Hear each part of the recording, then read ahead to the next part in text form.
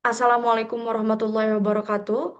Perkenalkan, kami dari kelompok 7. Pada kesempatan kali ini, kami akan mempresentasikan hasil kerja kami mengenai pengembangan sosial enterprise pada Panti Asuhan Dapur Yatim Indonesia menggunakan analisis SWOT dan Social Business Model Canvas atau SBMC. Sebelumnya, perkenalkan anggota kelompok 7. Pertama, ada saya, Putri Indah Lestari, lalu ada Wangi Puspita Dewi, dan ada Gerby Derisiana. Yang pertama, pendahuluan. Dimulai dari latar belakang, social entrepreneurship merupakan pendekatan yang menggabungkan aktivitas bisnis dengan tujuan menciptakan manfaat sosial bagi masyarakat. Salah satu organisasi yang menerapkan konsep ini adalah Panti Asuhan Dapur Yatim Indonesia yang bergerak dalam pembinaan anak yatim dan duafa, serta mengembangkan berbagai usaha produktif sebagai sumber pendanaan dan sarana pembelajaran kewirausahaan. Namun, pengembangan usaha masih menghadapi kendala berupa pemasaran yang masih didominasi penjualan langsung, belum optimal penjualan langsung, belum optimalnya pemanfaatan media digital, serta branding usaha yang masih terbatas. Kondisi tersebut menyebabkan potensi usaha belum dimanfaatkan secara maksimal untuk mendukung keberlanjutan organisasi. Oleh karena itu, penelitian ini menggunakan analisis SWOT dan Social Business Model Canvas atau SBMC untuk merumuskan strategi pengembangan social enterprise yang lebih efektif dan berkelanjutan. Baik, selanjutnya ada tinjauan pustaka. Boleh di next.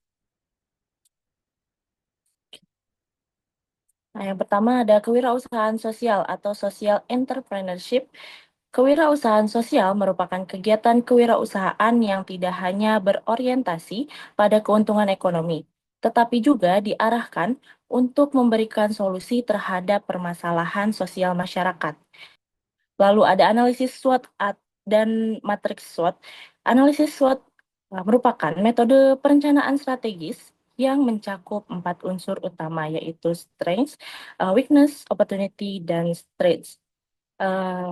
Rangkuti pada 2021 menjelaskan bahwa analisis SWOT merupakan alat yang efektif untuk mengidentifikasi keunggulan organisasi sekaligus mengurangi dampak kelemahan dan ancaman. Social Business Model Canva atau SMBC di sini, Social Business Model Canva merupakan pengembangan dari bisnis model Canva yang dirancang untuk membantu organisasi sosial menciptakan nilai ekonomi sekaligus memberikan dampak sosial yang berkelanjutan. Selanjutnya ada pemberdayaan anak yatim dan duafa.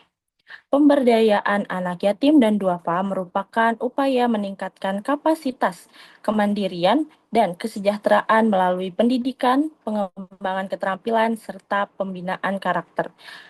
Ada 2022. Oke, selanjutnya itu metodologi penelitian. Next. Metodologi penelitian yang pertama yaitu jenis penelitian, penelitian deskriptif dengan pendekatan kualitatif, lalu bertujuan memahami kondisi usaha, permasalahan, dan peluang pengembangan sosial enterprise pada dapur yatim Indonesia. Yang kedua, teknik pengumpulan data, observasi, mengamati kegiatan sosial dan usaha produktif, lalu wawancara dengan pengelola yayasan untuk memperoleh informasi terkait usaha dan pengembangannya, lalu dokumentasi, mengumpulkan profil, foto kegiatan, dan dokumen pendukung lainnya. Lalu yang ketiga, objek penelitian, Panti Asuhan Dapur Yatim Indonesia, lalu berlokasi di Kabupaten Bandung, Jawa Barat. Yang keempat, teknik analisis data, analisis SWOT untuk mengidentifikasi faktor internal dan eksternal organisasi, lalu sosial bisnis model Canvas untuk merancang model bisnis sosial yang berkelanjutan. Yang keempat, yaitu hasil dan pembahasan.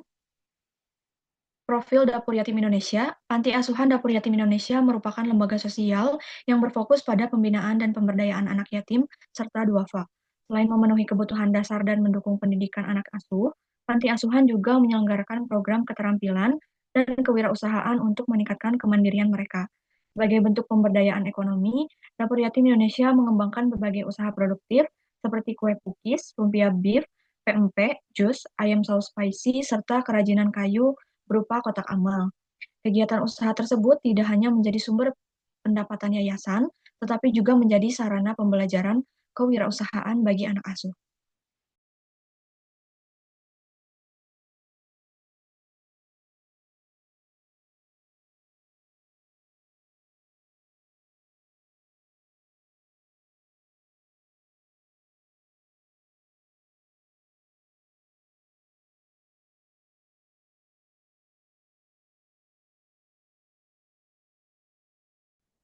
Selanjutnya ada sosial bisnis model Canva Panti Asuhan Dapur Yatim Ibu. Di sini ada misinya memberikan perlindungan, pendidikan serta pemberdayaan bagi anak yatim, piatu dan duafa melalui pembinaan berbasis nilai keagamaan dan kewirausahaan guna menciptakan kemandirian dan kesejahteraan sosial yang berkelanjutan. Untuk implementasinya, yang pertama ada key audience di sini donatur individu maupun kelompok, masyarakat sekitar, relawan sosial, mitra pelatihan keterampilan. Untuk key resource-nya, yang pertama pengurus dan pembinaan panti lalu anak asuh sebagai subjek pemberdayaan, fasilitas panti asuhan, bahan baku untuk kegiatan usaha. Untuk key activity-nya pembinaan dan pengasuhan anak yatim, pendidikan formal dan non-formal, pelatihan keterampilan dan kewirausahaan, kegiatan usaha seperti berjualan makanan, dan penggalangan dana. Lalu untuk value social innovation, mengintegrasikan sistem panti asuhan dengan kegiatan kewirausahaan. Yang kedua, melibatkan anak asuh dalam aktivitas produktif seperti berjualan makanan. Yang ketiga, mendorong pembentukan kemandirian melalui pengalaman langsung dalam kegiatan usaha. Selanjutnya ada value proposition. Yang pertama, menyediakan pelindungan dan pemenuhan kebutuhan dasar bagi anak yatim dan duafa. Yang kedua, memberikan akses pendidikan non formal dan non formal. Yang ketiga, membentuk kemandirian melalui pelatihan keterampilan dan kewirausahaan. Dan yang keempat, menjadi wadah bagi masyarakat untuk berkontribusi melalui donasi dan dukungan sosial. Selanjutnya di sini ada market, customer relationship. Di sini membangun hubungan kepercayaan dengan donatur melalui transparansi kegiatan, komunikasi langsung, serta laporan penggunaan dana dan pengembangan anak asuh. Untuk customer segment, yang pertama ada donatur atau masyarakat umum, yang kedua konsumen produk makanan, yang ketiga anak yatim, piatu, dan duafa sebagai penerima manfaat. Dan di sini ada channel.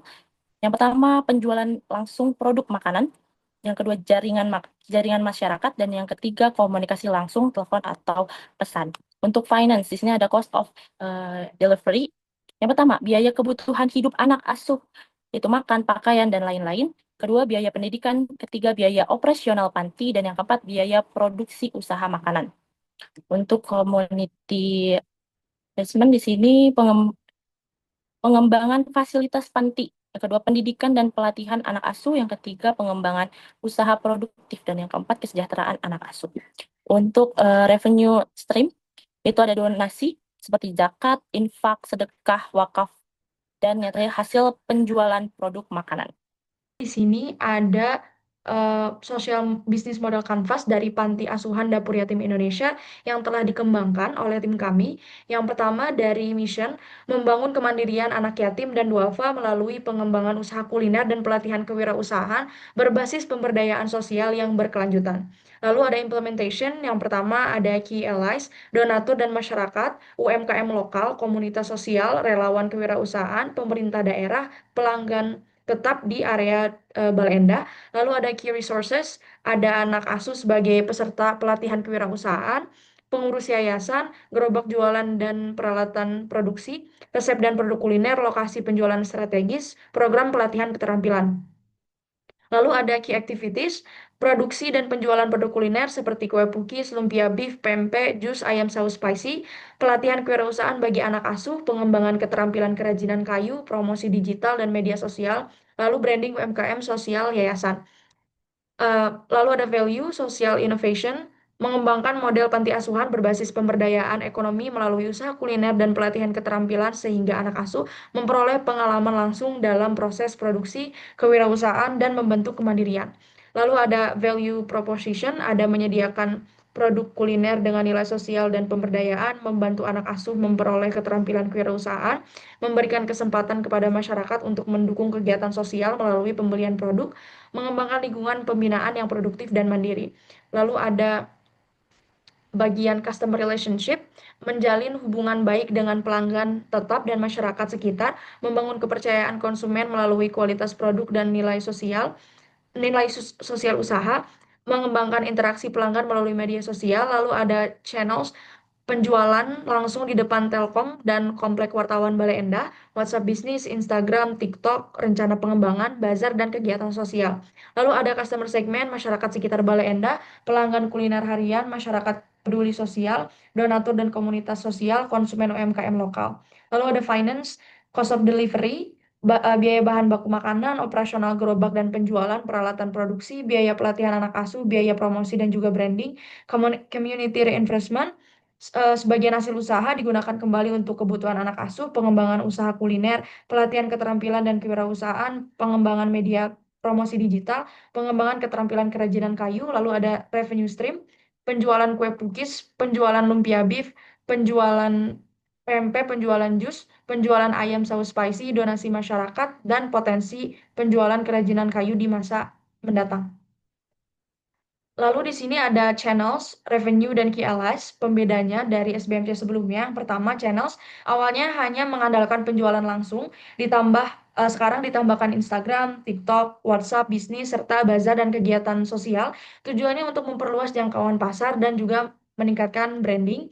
Lalu ada revenue stream, awalnya berasal dari donasi dan penjualan produk kuliner, lalu sekarang dikembangkan melalui penjualan kerajinan kayu dan peluang kemitraan. Tujuannya untuk meningkatkan keberlanjutan dan kemandirian finansial. Lalu terakhir pembedanya ada key allies. Pada elemen ini, model pengembangan menambahkan UMKM lokal, relawan kewirausahaan, dan pemerintah daerah sebagai mitra strategis. Penambahan mitra tersebut bertujuan untuk memperluas jaringan kerjasama, memperkuat distribusi produk, serta mendukung pelaksanaan program pemberdayaan. Jadi strategi ini sejalan dengan hasil analisis SWOT yang menekankan pentingnya kolaborasi dengan berbagai pihak untuk mendukung pengembangan dari usaha panti asuhan dapur yatim Indonesia. Selanjutnya ada bagian kelima, yaitu kesimpulan dan juga saran. Kesimpulannya, berdasarkan hasil penelitian, Panti Asuhan Dapur Yatim Indonesia telah menerapkan konsep social enterprise melalui berbagai usaha produktif yang tidak hanya menjadi sumber pendapatan yayasan, tetapi juga berperan dalam pemberdayaan dan pengembangan keterampilan kewirausahaan anak yatim dan juga duafa. Hasil analisis SWOT menunjukkan bahwa panti asuhan memiliki kekuatan berupa misi sosial yang kuat, variasi produk usaha, dan juga keterlibatan anak asuh dalam kegiatan usaha. Namun, masih menghadapi kendala pada aspek pemasaran digital, branding, dan pengelolaan usaha. Di sisi lain, perkembangan teknologi digital, tinggi minat masyarakat terhadap produk bernilai sosial, serta peluang kemitraan menjadi peluang yang sangat besar untuk dimanfaatkan dalam pengembangan usaha. Melalui matriks SWOT dan pengembangan sosial bisnis model Canvas atau SBMC, diperoleh strategi berupa optimalisasi pemasaran digital, penguatan branding, perluasan kerjasama, peningkatan sistem pengelolaan usaha, serta diversifikasi sumber pendapatan yang diharapkan mampu meningkatkan keberlanjutan dan kemandirian finansial Panti Asuhan Dapur Yatim Indonesia sebagai panti asuhan yang berorientasi pada dampak sosial dan juga ekonomi. Baik, selanjutnya ada saran Dapur Yatim Indonesia disarankan untuk meningkatkan profesionalisme pengelolaan usaha melalui penyusunan sistem manajemen yang lebih terstruktur, meliputi rancangan usaha, pengelolaan keuangan, pemasaran, dan evaluasi kinerja secara berkala. Optimalisasi pemanfaatan teknologi digital juga perlu dilakukan melalui pengembangan media sosial dan platform pemasaran online guna memperluas jangkauan pasar serta meningkatkan branding usaha yang mengedepankan nilai sosial dan pemberdayaan anak yatim. Selain itu, panti asuhan perlu memperluas kemitraan dengan UMKM, perguruan tinggi, pemerintahan, dan relawan profesional untuk memperoleh pendampingan, inovasi, serta akses pasar yang lebih luas. Diversifikasi produk dan sumber pendapatan juga perlu dikembangkan agar keberlanjutan organisasi tidak bergantung pada donasi semata. Di samping itu, program pelatihan kewirausahaan bagi anak asuh perlu dilakukan secara keberlanjutan sehingga mereka tidak hanya menjadi penerima manfaat, tetapi juga mampu menjadi individu yang mandiri, produktif, dan memiliki daya saing di masa depan. Baik, sekian hasil kerja dari kami kelompok 7. Terima kasih banyak atas waktunya. Wassalamualaikum warahmatullahi wabarakatuh.